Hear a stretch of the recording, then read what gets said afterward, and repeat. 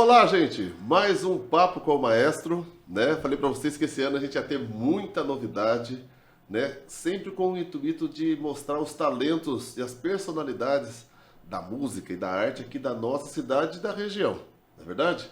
E hoje eu tô com uma figura emblemática aqui.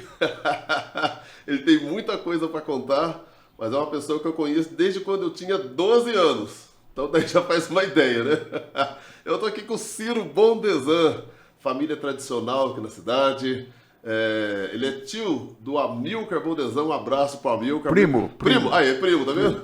O Amilcar foi meu professor de educação física no Senai quando eu tinha 14 anos, né? Então eu tô aqui com a Ciro Bondesan. Ciro, fala de você, por favor. Olha, eu comecei na música, o meu tio Altino, que ele era músico. Ah, doutor Altino Bondesan, grande Você advogado. sabe que todo o pessoal que, quando terminou a tuberculose em São José dos Campos, eles foram verificar quem que sobrou. Aham. Quem seguiu os conselhos médicos morreu.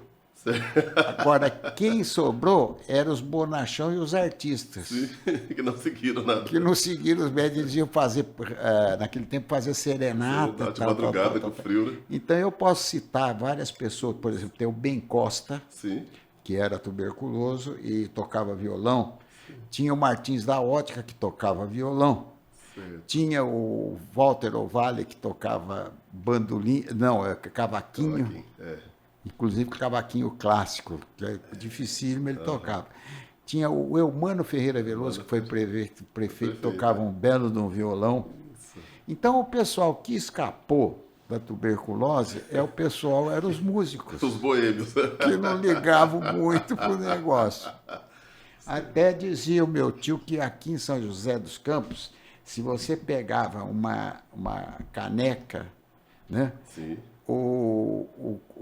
A pessoa comum tomava assim, o tuberculoso tomava do outro lado, para não pegar do mesmo lado. Mas você sabe que a minha avó, nós somos de Lorena, né? Minha mãe veio pra cá em 68. E a minha avó contava que viajava de trem antigamente, né? Era o expressinho. E quando ia ver alguns parentes lá em Santos, lá em São Paulo, né? Tinha uns parentes lá. Quando estava chegando em São José, então a pessoa que ficava dando recado do trem, não tinha alto-falante naquela época, estação Caçapava. Quando ia chegando em São José dos Campos, o pessoal tirava já um cueiro, que era um lenço para pôr no nariz para não respirar o ar de São José. Ou então fechava Ou fechava a janela. A única coisa que o pessoal usava em comum com o pessoal que não era doente eram as prostitutas. Ah, meu Deus do céu. Diz que usava as prostitutas, que nunca Ninguém teve ficou- problema ninguém de ficou contato. doente. Ai, Jesus. Mas isso é do tempo sanatorial. Daí, então, o que aconteceu? O meu tio comprou um bandolim novo e mandou um bandolim para minha casa. Eu devia ter uns 6, 7 anos. Eu comecei a tocar um pouquinho de bandolim. Sozinho. Depois eu fui para o violão. Certo. Depois do violão, eu achei... eu gosto de instrumento de coisa, mas eu gosto de instrumento com tecla. Daí tinha tecla na casa do meu primo, do Altino Bondesan, tinha um piano, eu ia dar umas tocadas lá e tal. E daí eu comprei, como eu não tinha dinheiro para comprar um piano, eu comprei um acordeão. Acordeão. E daí o Amilcar viu eu tocando acordeão, daí ele exigiu um acordeão, que ele gostou do acordeão pro pai. Então a gente era criança ainda, a gente brincava Já tá com envolvido com a instrumentos, música, né? já tinha música, tudo de ouvido. Tá. Na época. A família Bondesan é oriunda da onde? Da Itália? É Itália, nós somos vênetos. Ah, tá. E Os italianos são musicais, né? Até não, para falar, eles são musicais. diz que o italiano, quando nasce, você joga ele na parede. Se grudar é músico, se cair é da máfia. Essa eu não sabia. Diz que Que coisa. se grudar é músico, se cair é mafioso. Nós grudamos. Aham. Agora, como é que foi a ascensão? Porque você também é engenheiro, né? Engenheiro civil? Sou engenheiro metalúrgico, Certo. mas sempre trabalhei em aeronáutica. Aeronáutica. É. Então, mas eu conheci o Ciro quando... É isso que eu falei, eu tinha 12 anos.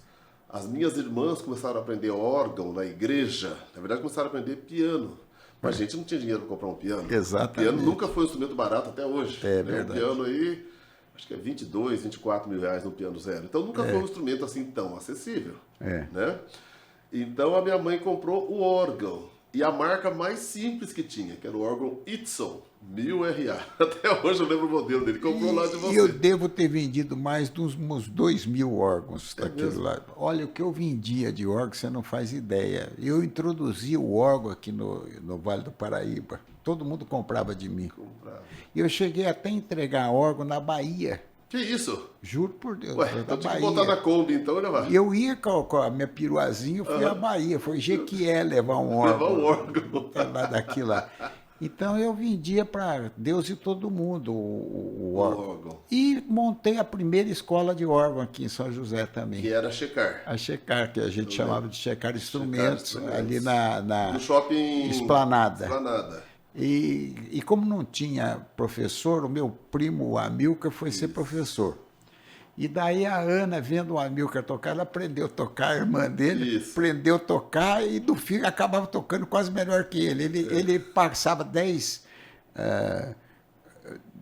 horas arrumando uma música, não sei o que, chegava, tocava, ela dali 10 minutos. Estava tocando música. A música que demorava 10 horas. Certo. E na minha família é assim, a gente, quando tinha festa, ficava uma fila atrás do piano. Entrava um, depois Saía entrava outro, depois entrava outro. Era assim, era uma fila Celeiro de gente. música, né? Então a gente tocava quase tudo, sabe? Deixa eu fazer uma pergunta a você, capciosa. Então você conhece a parte cultural de São José há muito mais tempo do que eu. Né? Eu, quando comecei a entender a Fundação Cultural, acho que nem chamava Fundação Cultural, não chamava, mas já foi a partir da professora Fátima Manfredini. Lembro. Foi muito colega da minha mãe, foi secretária de educação aqui na cidade, uma pessoa muito competente, tem um carinho muito especial por ela. Aliás, ela que começou uma revolução no ensino do Brasil todo. Foi. Porque ela introduziu a escola municipal no tempo do Sobral. Isso. Ela introduziu a escola municipal para os alunos do grupo escolar, que era dos 7 anos aos 10 anos, 15 anos. Ninguém gostava de estudar em escola do Estado. Aqui em São José, o pessoal preferia do Estado que da escola.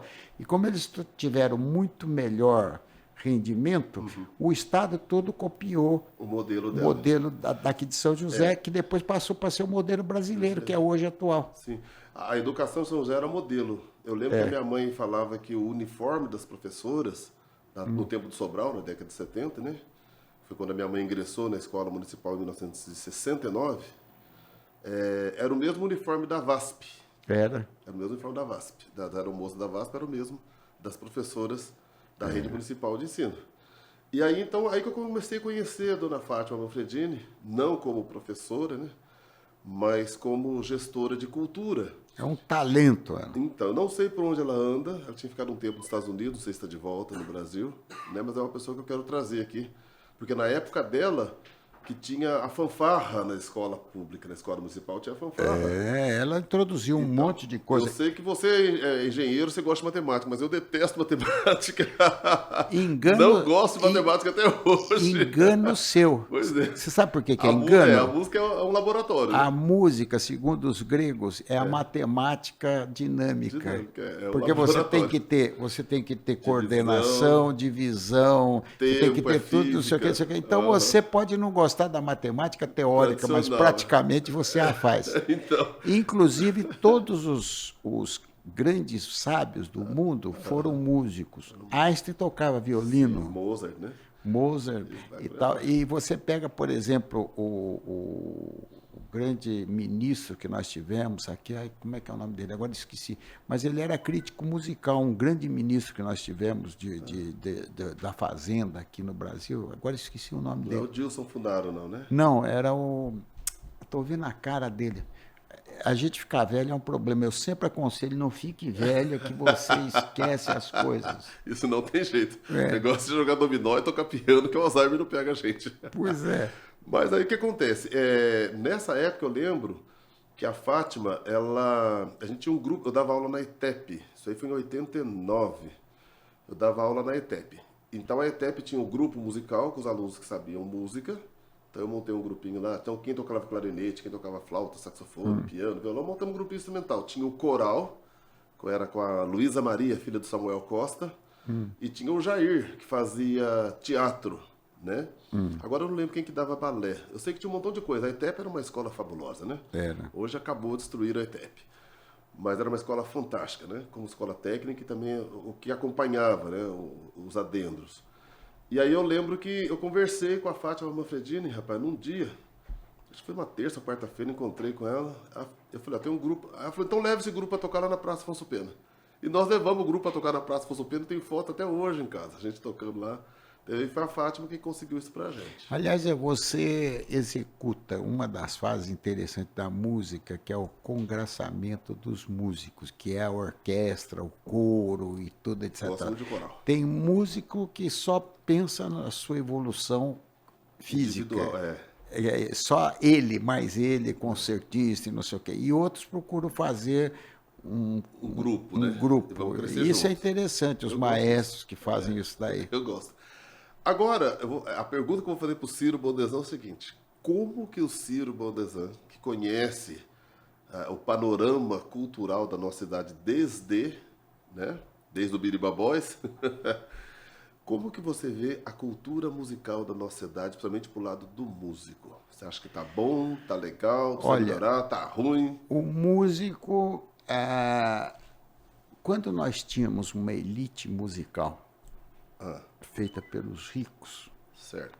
nós fomos muito para frente ao tempo da Bossa Nova, que era o pessoal que tinha dinheiro e fazia música. Sim. Então nós conseguimos ir para o exterior. Todo órgão tinha um teclado que escrito Bossa Nova. Sim. A Bossa Nova era tocada no mundo, No mundo todo. todo. E só o brasileiro conseguia tocar a Bossa Nova, porque tem aquele faz que vai, mas não vai. Isso, Faz o que vai, mas contratempo, não é. vai. O contratempo do samba, etc. e tal, que o pessoal não conseguia para fora, que não conseguia, porque eles são Ficava quadrado. bate-tac, tac, tac, tac, tac, tac. Eles não têm aquele faz que vai, mas não vai. Faz que vai, mas não vai. Isso. Então, o que acontece? Nós aqui no Brasil, eu sou brancão assim, né? Tal, mas a minha avó, eu tenho uma avó que ela era escurinha, Mesmo? escurinha e cabelo bem liso, tipo Olha. índia. Ela devia ser cafusa, minha avó. Então você olha assim e fala, o Ciro é totalmente... Foi adotado. Mas eu O tenho... Ciro foi adotado. Eu tenho um sangue que adora samba, tanto é que eu adoro samba, sabe? Então, o que acontece é o seguinte, nesse tempo nós éramos muito respeitados no mundo todo. E se fazia uma música muito respeitada no mundo todo. Daí o que aconteceu? Você sabe que a música é o segundo ou terceiro mercado mundial, Sim. onde que dá dinheiro. E o que aconteceu? Houve os países ricos, principalmente os americanos e os ingleses, eles passaram a dominar a música. Então, eles acabaram com a música nos outros países, praticamente. Mas você vai em cada local nos Estados Unidos, você tem uma orquestra sinfônica, Sim. tem 20 mil, 30 mil pessoas, 30 mil habitantes numa cidade, tem uma orquestra musical e tudo. Então, eles fazem aquelas belíssimas músicas, tá? Não vou dizer que eles não tenham, eles são muito bons de música e tal. Mas o que aconteceu? E nós, em vez de continuarmos fazendo a música brasileira funcionar, nós fomos para a música deles. Então, hoje você pega o The Voice, o pessoal não canta música brasileira, só canta música americana. Você falou uma coisa interessante, The Voice, que bom que você tocou nisso. Eu tive com o Silvio Santos, um pouquinho antes da pandemia, e aí eu perguntei para ele, falei, Silvio, por que porque além de você ser um ícone da televisão brasileira, mas também você é um empresário, né? E estava bombando esse negócio de The Voice aqui no Brasil, fora do Brasil. Por que ele não tem? Ele falou assim, olha, eu acho um absurdo. O Brasil é um país que você tem samba, você tem chachado, você tem forró, futebol, você tem bossa nova, você tem valsa, você tem choro, você tem machixe. E por que o pessoal vai lá e só canta música em inglês? E ele não tem razão? Tem. Então ele falou, não, a hora que fizer primeiro não tem que ser The Voice, tem que ser A Voz. Nós não estamos nos Estados Unidos, nós estamos no Brasil. Então a hora que fizer A Voz para resgatar músicas brasileiras, aí eu patrocino. Ele falou isso para mim. Você vê, por exemplo, que... Então, nós estamos falando a respeito da evolução da música. E o músico brasileiro, ele nunca teve uma vocação empresarial, que o americano tem isso no sangue, de querer fazer qualquer coisa, ter dinheiro. Tanto é que o Santos Dumont, ele fez o primeiro voo certificado do avião, chamou todo mundo, etc. E fez o primeiro voo. Os irmãos Wright fizeram o voo lá no local escondido para fazer a patente para depois vender o avião. Você vê que a diferença, como é que é.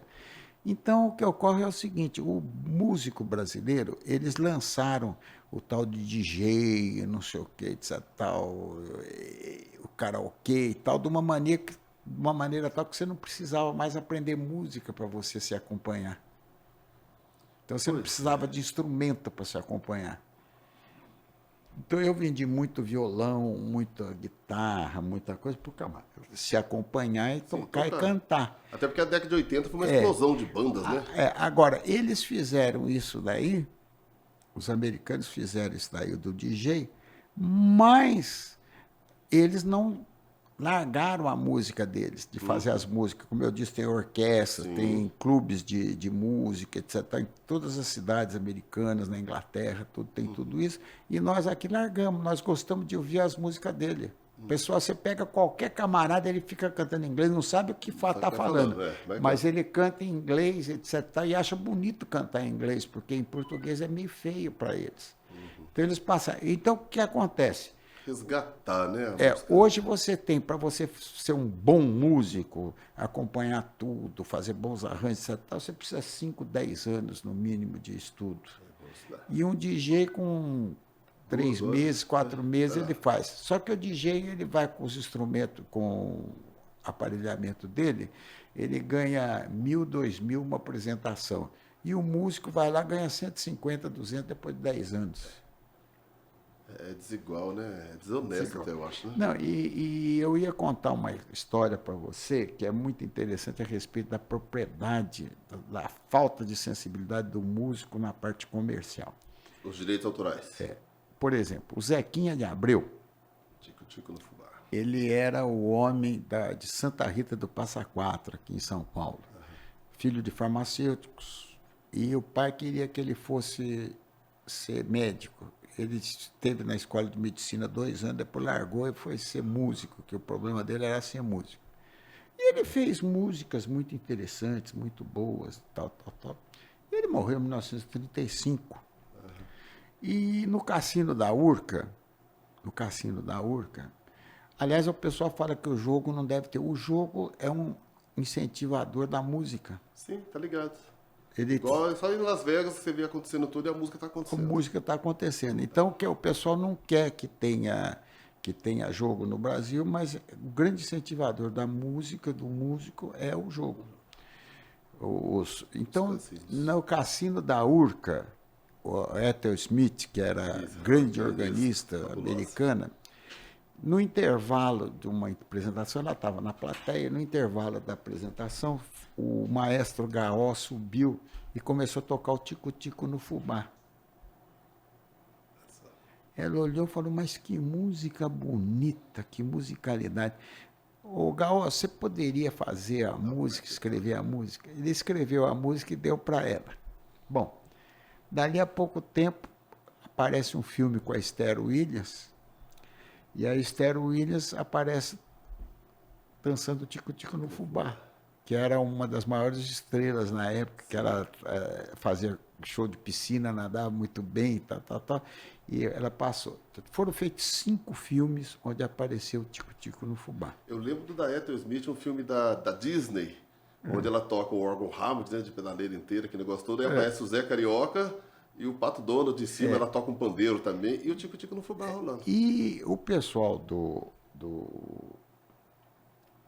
o Zequinha de Abreu, contando a história dele, ele saiu de Santa Rita do Passa Quatro, onde tinha uma banda, tinha um negócio e tal, e foi trabalhar na Irmãos Vitale. Então ele trocava nas Irmãos Vitale para vender as partituras, vender os discos, etc. Então ele tocava. E ele ganhava 700 cruzeiros por mês, uma coisa assim na época, 700 mil réis por mês, tal. E ele tocou, tal. E a Irmãos Vitale vendia as partituras e ganhava um pouco como funcionário, etc. Daí, o que aconteceu? Ele assinou com as Irmãos Vitale, né, a venda dos direitos da música. E depois da Aquarela do Brasil, a música mais vendida brasileira é o Tico-Tico no Fubá. Sim. E o Tico-Tico no Fubá foi feito mais de 80 gravações no mundo todo. Em 80 nações foi feita gravações. O próprio Recone, quando foi assistir o Recone de Taubaté, eles fizeram o Tico-Tico no Fubá. Então. E o que acontece é o seguinte, a família nunca recebeu um tostão. Só recebeu de uma ocasião da Argentina, se não me engano, que pagou um direito autoral para eles.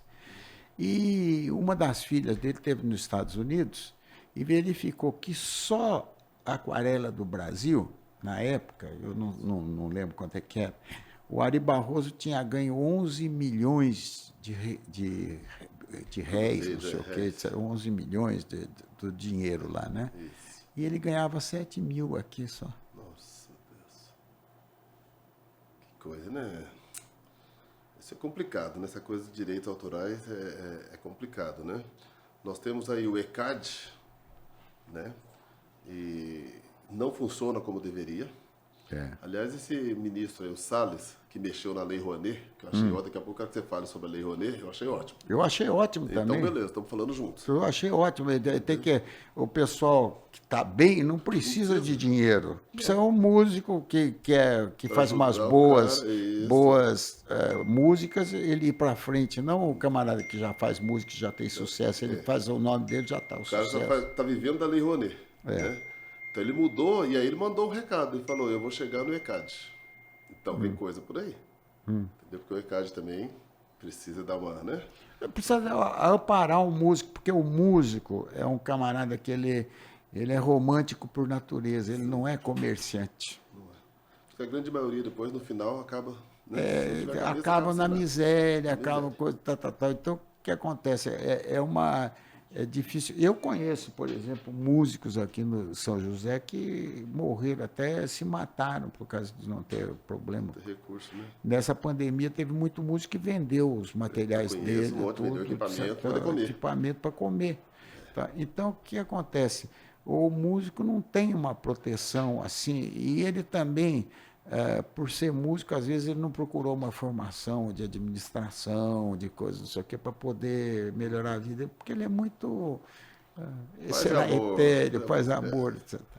Então, essa é a grande realidade do músico. Então, o que eu falei para você é o seguinte, é que a música, quando era da Bossa Nova, da época da Bossa Nova, que era pessoal da elite, que sabia administrar, que sabia se mexer e tudo, tal, porque o Chico Buarque, todo esse pessoal, é tudo gente de elite. O Tom Jobim, etc, tal, eles sabiam se vender, como se vender, se dar o valor. Agora, um músico novo, você pega um músico como Ataúfo Alves, como esse pessoal, Cartola, né? O Cartola, que vem de lá de uma comunidade. E aqui no Brasil, a Globo, ela não quer que o camarada saia da comunidade, da favela. Tanto é que não chama mais favela, chama comunidade. A favela seria uma fase da pessoa chegar, se ajeitar para sair daquela vida e melhorar a vida. Mas o esquerdismo de hoje não quer que o camarada mude de vida, que ele melhore de vida, quer que ele fique dependendo do Estado, que cada migalha ele agradeça ao Estado que ele recebe. Concordo com você. Então, isso é a razão da dificuldade da música brasileira, que cai na música. Você veja que, por exemplo, a hora que eu olhava aquele programa da Regina Casé, das comunidades, eu falava, meu Deus, que mal que ela faz para esse país. Tendo na cabeça que aquilo é normal, que a pessoa não precisa. Instituizar a coisa, quer dizer, o camarada, quando faz umas músicas bonitas, ele tem que falar, puxa, eu preciso ganhar dinheiro com essas músicas, eu posso vender bem, eu faço música bem, eu sou bom no negócio, eu tenho que vender direitinho. Tal. Então, ele tem que ir para frente. sabe? Então, é essa dificuldade. Tanto é, ô César, eu estou com 81 anos de idade. Menino ainda. E eu não parei, porque eu quero que o brasileiro cresça, que o brasileiro se fortaleça, que o brasileiro saia dessa letargia que ele tem, que a Globo quer que ele fique letárgico. Esse comodismo da galera, dependendo do Estado, Tem, vamos que vamos. a Lei Rouanet, por exemplo, que nós estamos falando sobre a Lei Rouanet, é uma desgraça. Você, por exemplo, pegar um camarada desse, ganhar 6 milhões, 7 milhões para fazer... Enquanto o outro precisa de 200 mil para começar a carreira e não tem. Não digo que, por exemplo, uma produção musical tipo Broadway, você não precisa de bom dinheiro. Precisa para fazer. Sim. Mas o cara que está começando, ele não vai fazer um negócio desse tamanho. Exatamente. Então, o que acontece? Precisa ter condições do pessoal começar as coisas. Então, como não tem condições para começar, o americano vem, entra, traz a cultura deles, nós ficamos sem a nossa cultura.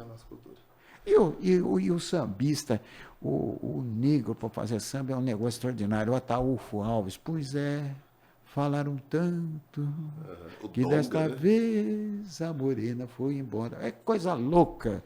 É notável. Eu até choro de ver um poisé. Eu estava mostrando, eu dei aula. Laranja madura. Laranja madura na beira da estrada. Eu estava conversando com os alunos meus, molecada de 15, 16 anos. Aí eu estava comentando com eles essa questão. A letra das músicas hoje estão muito pobres. O funk eu já nem considero como música. Então, para mim. Mas mesmo esse sertanejo, chamado sertanejo universitário, as letras são as mesmas. É tudo sofrência. Não, e negócio é o seguinte, por exemplo... berrando, eu estou berrando uma terça abaixo. Então, é só sofrência. Aí eu falei, gente, olha só. Presta atenção nisso aqui. Que o camarada não tinha segunda série primária, hein? Bate outra vez com a esperança do meu coração. Pois já vai terminando o verão, enfim. Volto ao jardim com a certeza que devo chorar, pois bem sei que não queres voltar para mim. Queixo-me as rosas, que bobagem, as rosas não falam. Simplesmente as rosas exalam o perfume que roubam de ti. Aí, bicho, olha o poema disso. Pois é. Não, e aquele noite alta, céu risonho, a quietude é quase um sonho, o luar cai sobre a mata qual uma chuva de prata com raríssimo esplendor. Aí, olha que poema. Então está se perdendo esse lirismo porque ficou tudo enlatado. Ficou, entendeu? E não leva para frente. Então, o que acontece? Nós precisamos resgatar isso daí. Mas eu acho que tem que resgatar a partir da educação de base. A música tem que voltar para a escola. E eu tive música com a professora Cleide e com a Bernadette. Na escola, eu aprendi muita música. Por exemplo, eu aprendi a cantar o hino nacional brasileiro. Agora não canta todos os hinos a gente cantava. Lara, ouviram do Ipiranga as margens plácidas. Tem um sustenido. Então, eles ensinavam todas essas coisas, ensinavam as letras, o que significava, etc. Hoje em dia o camarada não sabe mais nada, não ensina. Eles ensinam gênero. Gênero você não precisa aprender, você aprende em casa, etc. Você vai na escola para ter cultura. E a cultura é isso daí, é saber o que significa as palavras, as músicas, as letras, quais são os significados e tudo mais. Né? O Ciro, se a gente for analisar friamente, grandes artistas, você pega, por exemplo, minha avó gostava muito dele porque ele só cantava de terno, o Jair Rodrigues. Jair Rodrigues. Minha avó gostava de ver olha que negrinho bonitinho, canta de terno, olha que legal. Ele era uma simpatia, né? Quem conheceu... Muito, aquele sorriso dele... eu não conheci, mas quem conheceu disse que o cara era fantástico.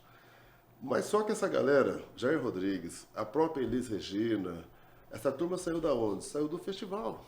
Dos festivais. E por que acabaram os festivais? O último da Globo foi em 85, né? O da Shell. É isso? São José chegou a ter festival, até o Flecha que ganhou, lembra? Lembro. O Ferreira vive falando para se fazer festival, ninguém faz. Ninguém faz. O Ferreira Leite vive falando. Eu tenho pronto já, tudo pronto para fazer o festival, mas não tem investidor. Mas dá um diplominha pro músico. Não, o músico gosta de dinheiro. Exatamente. É uma profissão, meu Deus do céu. Exatamente. Como assim? Entendeu? Eu não sei o que o povo vê, acho que músico é... A Fundação Cultural devia fazer festivais de música. Era uma proposta que a gente tinha para a Fundação Cultural, mas nunca saiu do papel lá dentro. Você já tentou o tom agora?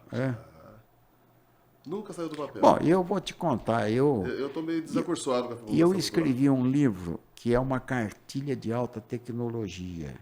Eu fui lá com o Álvaro Zonzini e levei, falei, olha, esse livro aqui teria que ser editado. Ninguém quase faz livro sobre alta tecnologia no país, é um livro importante, não sei o quê. Sabe o que ele falou? Ah, isso aí não é cultura. Cultura até que não é cultura. Entendeu? Isso é porque nós estamos na capital do avião, né? Como assim na cultura? Olha, é incrível. Sabe o que eu fiz? Eu falei, tá bom, não é. Eu fui e arrumei várias pessoas, deram coisas, fez 3.000 livros, eu distribuí 3.000 livros para os outros, e tem mais 6.000 livros em PDF que eu distribuí no mundo todo. Está na Biblioteca de Londres, em tudo quanto é lugar está o livro meu. É um livro pequenininho. Feito para geração atual, para conhecer. Para conhecer, bem rápido. E nós aqui não temos, se eu for falar na prefeitura para fazer, para entrar, não tem jeito, não faz. É estranho, né? Não é? Como é que você vê as fanfarras? Eu lembro quando eu trabalhei na Fundação Cultural, 2010, aí na época o presidente era o Mário Domingues de Moraes. Foi um grande presidente Sei. também, muito sensível com a cultura. E ele ajudou muito na parte de música naquela época, né, que ele estava lá. E ele entramos em contato com a Ordem dos Músicos, fizemos uma parceria na época, e ele fez um festival de fanfarras lá no Campos Alemães. Veio fanfarra de Cruzeiro, de Caçapava, de Taubaté, de Lorena, de Pinda, de Caraguá. Veio umas 15 fanfarras, fizeram desfile lá no Campos Alemães. E foi muito bonito. Nunca mais teve. Aqui em São José dos Campos, eu vou contar sobre a fanfarra. E Só tem a banda de Santana, né? Que ficou remanescente, só ficou a banda de eu Santana. tinha 14 anos, 13, 14 anos, portanto é em 1953, 54, 55, até 58, nós fizemos uma fanfarra no João Cursino. Sim, disse que era muito boa a fanfarra. Nós tínhamos uma fanfarra. E nós desfilávamos na fanfarra no 7 de setembro, etc. e tal. E tinha a fanfarra do tiro de guerra e a fanfarra do Olavo Bilac. Muito boa do Bilac. Depois eu vou te contar a história do Olavo Bilac. Daí o que aconteceu? Essas fanfarras foram indo para frente. Daí nós chegamos no terceiro científico, precisava comprar instrumento. Nós entramos com um pedido na Câmara, a Câmara deu o dinheiro. Só que o próximo presidente do JECA pegou o dinheiro e nunca apareceu na fanfarra do João Cursino. Que isso? E é uma famosa pessoa daqui de São José dos Campos, foi até prefeito da cidade. Eita! Caramba! Então, que Deus o tenha, né? Mas, então, o que aconteceu? A fanfarra praticamente morreu. Daí, o Olavo Bilac, tinha a fanfarra do Olavo Bilac, e eles trouxeram o pessoal, era muito famosa a fanfarra dos fuzileiros navais. Isso. E eles até hoje, são ótimos. e eles trouxeram o pessoal dos fuzileiros navais, porque São José dos Campos tinha o pessoal aqui da aeronáutica e tal. Trouxeram e fizeram uma fanfarra bonita no Olavo Bilac. Daí, os fuzileiros navais não puderam mais continuar. O Felipe Cury passou a gerir a fanfarra. E ele conseguiu inúmeros títulos da fanfarra de São José, uma das melhores do Brasil. Olha que coisa. Depois o Felipe Cury foi para outros locais, etc. Tal, né? E morreu a fanfarra. Você sabe que eu tenho um trabalho social já faz 20 anos, lá na comunidade do Rio Comprido, Campos Alemães, estávamos na Zona Norte também, Jardim Imperial, e estava até em Jambeiro. Aí, por causa da pandemia, a gente parou. Mas não tem ajuda de ninguém, não, sai tudo do meu bolso e dos amigos. O poder público nunca me deu um centavo, entendeu? Nem fundação, nem ninguém.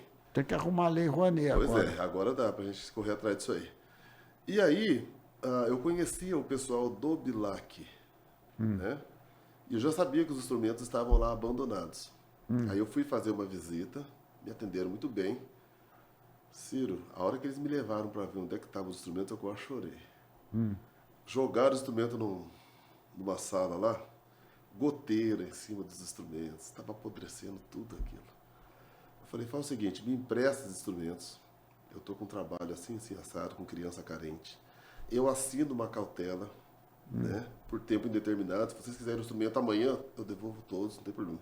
Vou consertar e a gente usa. Ah, nós não podemos fazer isso. Perdeu os instrumentos, foi pro lixo, o Bilac faliu, acabou, os instrumentos desapareceram. Então as pessoas são muito insensíveis, né? É gozado isso, né, cara? Hoje, por exemplo, eu vou contar uma coisa para você muito em particular. Hoje, por exemplo, não se faria uma Embraer. Porque o Tribunal de Contas não deixaria. A Embraer foi inteirinha feita fora da lei. Nossa. Com o Osíris Silva que começou. O Osíris, o Paulo Vitor e tudo isso. O que levou eles a fazer foi exatamente contrariar as leis que existiam na época. E deu certo, hein? E deu certo. A Embraer hoje está aí, potência, que é uma potência, uma beleza no mundo todo, etc. Foi feito graças ao idealismo dessas pessoas, do Paulo Vitor, do Osíris e o Guido, e nós que trabalhamos lá.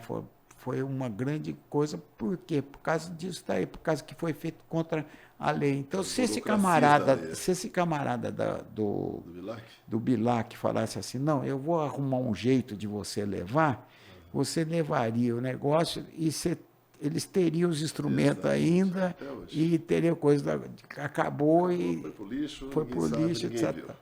Esse é o grande problema brasileiro, é a falta de sensibilidade.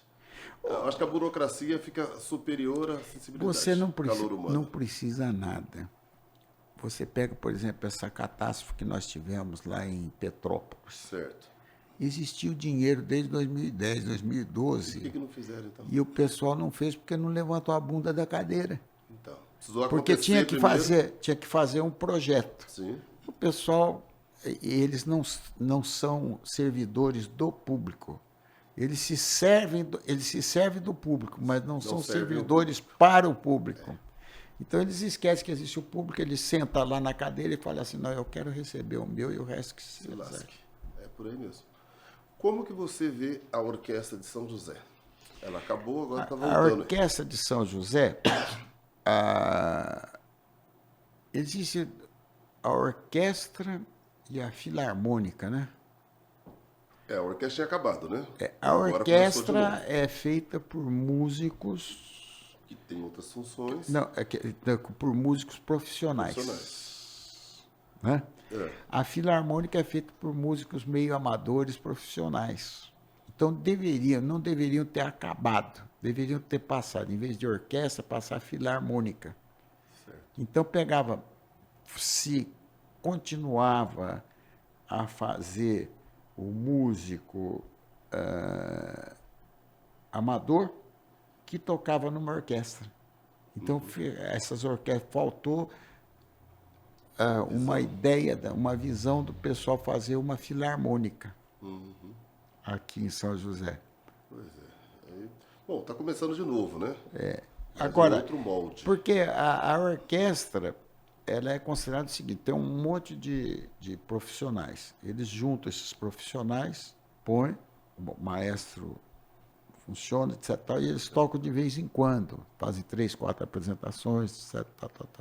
Então, eles são músicos profissionais que ficam ali pagos e a ideia seria formar outros, mas como eles têm que praticar e tudo tal, na realidade não se forma muito. Então, mas se você pegar, por exemplo... Aliás, nesse negócio de formação, eu tenho que dar um valor tremendo às igrejas evangélicas. As igrejas evangélicas, elas eram os propulsores dos músicos aqui no Cozinha. Eu, como comecei nessa parte, você pega, por exemplo, a Spala lá que tem hoje, ela proveio praticamente dos evangélicos. Sim. E aquele pessoal que fazia os instrumentos ali a própria Veril também era de evangélicos. Evangélicos e tudo, etc. Então, a igreja evangélica é muito... Funciona e ela produz músicos também.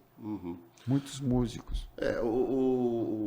Se a gente pegar hoje a Orquestra Sinfônica, a OSESP, que está entre as 10 melhores do mundo, né? O John Nash ele deixou lá nesse patamar. 90% dos músicos são de igreja. De igreja. De igreja. É verdade. Entendeu? Então, mas assim, se a gente pegar, eu gosto de brincar, o maior Aliás, bairro de São José, sabe qual que é o maior bairro de São José? Qual que é? Qual? Jacareí. É verdade. Tem até prefeito. O pessoal vai trocar lá. Mas você pega Jacareí, a parte cultural deles, eles têm um projeto chamado Educa Mais. Então, as crianças da educação básica têm acesso aos instrumentos. Então, a orquestra da cidade, ela é mantida e suprida com gente da própria cidade. Como acontece, por exemplo, em Taubaté. Você tem o Fego Camargo, um conservatório municipal. São José não tem conservatório. Qual que é o conservatório da cidade? Não tem mais, acabou. Então, o último que se tem notícia foi o Santa Santa Cecília. Cecília. Santa Cecília, a Dona Margarida morreu há quantos anos? Exatamente. E o que acontece é o seguinte, é que você vê a falta de... Talvez seja porque São José virou uma cidade cosmopolita, não é uma cidade agregada. Cada um veio de um determinado lugar, tem muita gente que vem aqui, só trabalha, que aí de sábado e domingo ir embora da cidade. Não vive a cidade, o problema da cidade. Agora, a música, ela é, para mim, ela tem vários fatores. Por exemplo, quando eu estou triste, eu toco. Quando eu estou contente, eu toco. É isso mesmo. Quando eu estou preocupado, eu toco. Sim. Ela alimenta a alma, né? Alimenta a alma. Então, ela é importante na confecção da pessoa. Por exemplo, o pessoal fala, Ciro, você tem uma boa saúde, com 81 anos, você está com uma boa saúde, não sei o quê, etc. Eu falo, um dos motivos é a música. Mas é mesmo. Um dos motivos é a música, porque a música faz a gente pensar diferente, faz a gente ser mais romântico. Trabalha as emoções, né? A música trabalha as emoções. E agora, uma coisa importante é o seguinte, a música, ela tem que ser dosada. O que eu chamo de dosar a música? Por exemplo, a hora que você faz amor, que você fala de amor, tem que ser uma música sentimental, né? Por exemplo, você canta Noite Alta, Céu Risonho, a quietude é quase um sonho, o ar cai sobre a mata quando uma chuva de prata, com raríssimo esplendor. Só tu dormes, não escutas o teu cantor, despertando a lua irada na história dolorosa deste amor. Então você tem aquela musicalidade para falar sobre o amor. Hoje você pega essas cantigas. Eu amo, eu quero amar, eu sou louco por você. Você não. Quer dizer, parece que o camarada está brigando para dizer que gosta da pessoa. É por aí mesmo. A pessoa, quando quer o amor, ela quer ser acariciada, quer ser beijada, quer ser apalpada, quer ser uma série de coisas, não é? Ai, o amor, eu sei o amor, eu quero você, eu quero dormir com você, eu vou pra lá, eu vou pra cá. Meu Deus. É isso mesmo. Você entendeu como é que é o negócio? Existiu a fase romântica da música, o lirismo, acabou, né? O lirismo acabou. Não se tem mais poesia. Por exemplo, o meu avô, a minha avó, estava para casar com um português. E chegou o meu avô italiano e ele falou assim,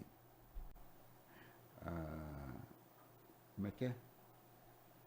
Agora até esqueci, peraí que eu vou lembrar, é muito importante. Ele foi, dançou com ela, ele foi tirar ela para dançar, falou, vamos dançar? Ela falou, não posso que eu estou com um problema no pé, tirou o calçado, né? Para não dançar. Ele falou, não tem problema, eu também tiro e saio os dois. Olha só.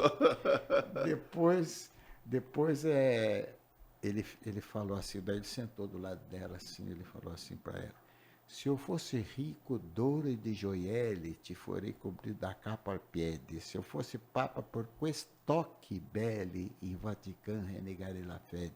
Se eu fosse imperador del mundo inteiro, só por um bacio tu darei l'império. Se eu fosse Dio, come ti condurei, e Ginocchio, em certo adorarei.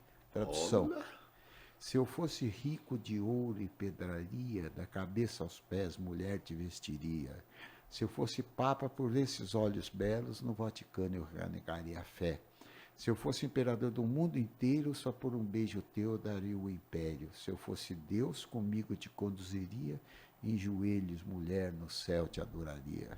Olha que coisa, que poema, rapaz. Então era assim, o poema, O cortejar, né? o amor tem que ser venerado, tem que ser amado, não é gritar, eu quero casar, eu gosto de você, eu sou louco por você. É pior que você tem razão. E me conta uma coisa, Ciro. Você acha que a questão do ensino da música, a gente já falou que tinha que ter mesmo, voltar, né? A música nas escolas. Mas tem uma questão muito... Você foi comerciante muitos anos, né? Então você sabe disso. O custo de um equipamento de qualidade é caro. É caro.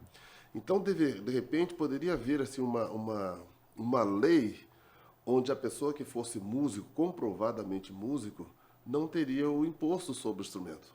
Seria bom para o comerciante que ia ter instrumento de ponta dentro da loja, e seria bom para o músico que tem talento, mas não tem recurso financeiro para comprar um instrumento da altura dele. Exatamente. Né? Em cada ficam com isso até morrer, até ele parar de funcionar. Só fala, nem compensa com mais negócio aí. É verdade.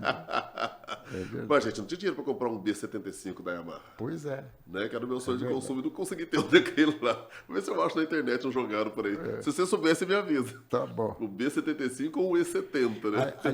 Aliás, eu fico contente de ver você aqui, César, porque é tão duro ver o pessoal batalhar pela música, e você sempre batalhou, é uma grande coisa. Eu batalhei durante um tempo. Bom tempo. Mais de 20 anos você ficou, né? Mais de 20 anos. Né? Quanto tempo ficou a checar? Olha, nós começamos em 70, nós chegamos até 96. Mais de 25 anos. 25 anos. Caraca, Ciro. 25 anos. Eu cheguei a vender bem instrumento, eu vivia bem. As pizzarias, a gente tocava muito órgão em pizzaria naquela época. Agora, eu também me encrenquei com a música, porque no fim eu tinha 700 mil, eu facilitava todo mundo ter instrumento. Então o pessoal dava cheque e não pagava depois. Oh, meu Deus. É o coração de músico. Eu morri com 700 mil reais de cheque sem fundo. Eu tinha uma dívida de uns 150, 200 mil que eu não consegui pagar. Moral da história, meu nome foi para imposto de renda, não sei o que, etc. Tal. E eu não posso ter nada no meu nome por causa que eu tenho uma dívida enorme, por causa que o pessoal não me pagou. Dessa época. Ciro. Dessa época. Então, eu não pude mais ter empresa nem nada por causa disso. Porque senão eles vinham e me pegavam o que eu tinha, entendeu? Certo. Então, o que aconteceu?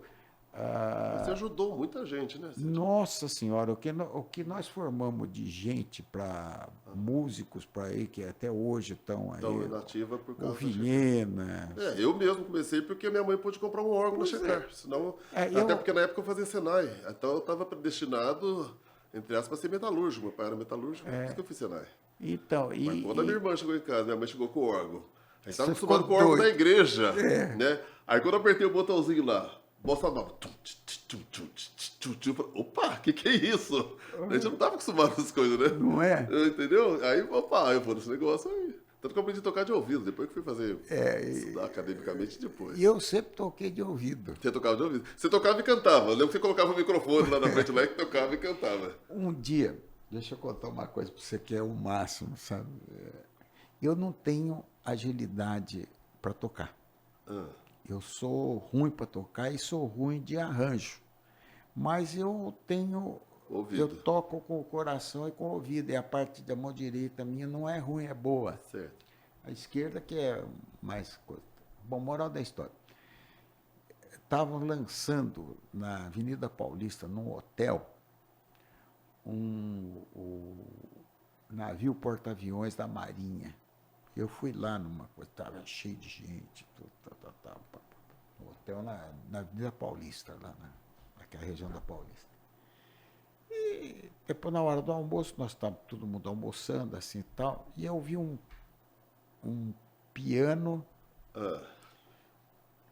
de cauda. Oh, meu Deus do céu. Eu cheguei e falei, escuta, posso dar uma tocada? Música é cara de pau, né? Essa parte nossa é ótima. Daí eu cheguei lá e comecei a tocar. Música, tal, comecei a tocar. De repente, a hora que eu olho, Um montão de gente volta. tinha um monte de gente olhando e tinha os hóspedes do hotel que subiam por uma escada para ir na parte deles do restaurante da escada e tal. Tava cheio de gente lá, todo mundo de celular, tirando fotografia e gravando o que eu estava tocando. Eu falei, meu Deus do céu, eu sou tão ruim, o pessoal fica coisa assim. A hora que eu terminei de tocar uma música, o Wave, o pessoal bateu palma, tudo isso. Eu falei, meu Deus. Mas a música é assim mesmo, Eu né? A música é sentei espontânea. só para tocar, para ver o negócio. E a galera gostou. Agora, é interessante o seguinte, eu tenho, por exemplo, o meu filho, o Pedro Paulo. O Pedro Paulo, ele quis se formar músico. Então, ele se formou músico na Unicamp. E saiu da Unicamp, ele foi trabalhar em vários locais, daí ele fez um concurso para a USP e passou na USP. Daí ele fez mestrado e doutorado na USP. Certo. Em música. Em música. E a tese dele do mestrado, por exemplo, é como interpretar o tom, tom, tom, tom, que é a música mais tocada no mundo. Tom, tom, tom, tom. Né? Cada maestro dá a sua interpretação e tudo. Então, ele estudou as interpretações, como é que é a música, como é que é o estudo, não sei o que, foi a tese dele de mestrado. E depois ele fez uma tese de doutorado também e tal. E ele trabalha na parte de sons da Universidade de São Paulo. Certo. E o laboratório da parte de som, ele que faz, por exemplo, ele pega um disco antigo de 1920, 22, que está... E vai pesquisar os sons. Olha que bacana. Daí ele faz ele filtragem. Filtra e sai um disquetezinho puro, limpo, bacana Com o do som da negócio época. que o pessoal faz. E faz gravações das orquestras da Escola de Comunicações e Artes. Certo. Faz arranjos e tudo. Tá? E lá, para você ter uma ideia do o que tem lá, tem um microfone de $10 mil. Um Neumann de $10 mil. Tem um piano Steinway. Eita, esse é o cara. E eu fui lá, toquei. Eu também posso morrer feliz que eu já toquei no Steinway. Eu posso morrer feliz, né? E eu dei uma estocada do Steinway lá e tal. Então ele conseguiu ir para frente no ramo de músico relativamente bem, como doutor na Universidade de São Paulo, tudo na parte de música, mas é uma dificuldade para um músico. Eu falo para ele, você é um vencedor, porque conseguir um negócio assim, não ter muita dificuldade de dinheiro, porque todo músico passa com dificuldade de dinheiro. É raríssimo músico você chega e fala, eu vivo tranquilo. Tô bem, tô com burro na sombra. Não é? Legal. Olha, Ciro, como é que faz para quem está nos ouvindo achar o Ciro Bondesan? Né? Gostar de bater papo com o Ciro Bondesan. Eu sei que você está na TV Imprensa, você é comentarista do jornal, não é isso? É, todo dia das 8h, 8h30 até 10h30, 11h, eu e o Ferreira Leite, nós estamos lá fazendo nossos comentários políticos e econômicos. E qual que é o telefone? Você pode passar? Você tem Instagram, tem essas coisas? Como é que é? Olha, a minha página é Ciro Bondesan. Ciro Bondesan. Ciro Bondesan dos Santos no Facebook. Certo. Se colocar só Ciro Bondesan já aparece, né? É. E tem também no Messenger, no WhatsApp. O WhatsApp meu telefone é 12 99711 7197. Aí quem quiser conversar com o Ciro Bondesan, esse homem é uma escola. Entendeu? Fiquem à vontade. Não esqueçam que agora nós temos o curso online de piano, né? São 2 volumes, total são 36 aulas que foram gravadas.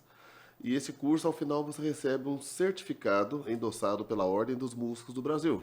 Então aí você entra lá no meu Instagram, César Custódio, ok? Entra lá no link da BIOS, você vai ver como é que faz o curso, tá bom? Totalmente online, para você fazer aí no conforto da sua casa, não precisa sair, tá bom? Mas se quiser fazer aula lá da minha escola também, é só me chamar lá no Instagram, tá bom? Que tem gente que não gosta de fazer aula online. Mas é um conforto que você tem também de fazer a aula no seu tempo.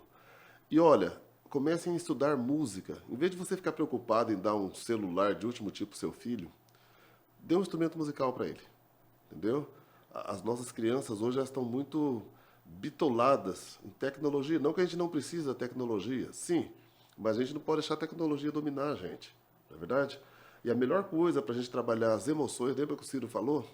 Aquele lirismo, tal. Por que as pessoas estão perdendo essa sensibilidade? Porque as pessoas não estão mais se envolvendo com música. E é uma terapia. Pra caramba! A música é uma terapia. Em vez de você precisar do psicólogo, às vezes a música faz esse papel. Faz efeito, a pessoa tocando faz esse papel. Faz esse papel. A musicoterapia, né? Entendeu? Então, hoje foi um bate-papo muito gostoso com o Ciro Bondesan. Quer dar um aviso pro pessoal aí, Ciro? Olha, eu queria só falar com você outra coisa. Pode falar. Rapidamente. Tem um rapaz, o Moisés Valias, que trabalhava comigo lá, é um excelente pianista. Opa! Dá pra Você passar o precisa contato fazer, dele? você precisa fazer uma coisa. Ele é engenheiro, trabalha como engenheiro, mas ele adora música. Olha, Ele vamos trazer ele aqui pro bate-papo, ué. crente, você poderia trazê-lo aqui. Por ele favor. é muito Depois você me dá o contato bom. dele e a gente Isso. traz ele. E ele tem também um método de ensino, etc. Olha, É que muito joia. interessante. Ele fez um método de coisa. E eu ensinei ele a tocar no compasso. Ele falou assim, eu devo a você tocar no compasso, porque ele tocava mal no compasso. Pode rir. Olha, não é assim não, olha. Tem que pá, pá, pá, pá, pá, pá. O metrônomo, né? Eu fazia um par de metrônomo e ele foi, você sabe que Deu ele era certo. descompassado, depois ele passou a ser Você compassado. acertou aí, tá vendo? Esse é o Ciro Bondesan, gente. Ciro, muito obrigado. Muito Ter atendido obrigado. a gente num feriado, né? Plena terça-feira de feriado, tirei o Ciro da casa dele, olha. Mas eu estou sempre disposto a melhorar as pessoas. Quando a minha palavra pode melhorar as Com pessoas, certeza. eu posso. Eu tô aprendi sempre muito. Olha que eu disposto. conheço o Ciro há mais de 20 anos, né? Eu aprendi muito hoje, né? Quem dirá vocês que não conheciam o Ciro Bondesan. Tá bom, gente? Uma boa noite. Não esquece, música é saúde, ok? Tchau pra vocês. Ciro, obrigado. Obrigado.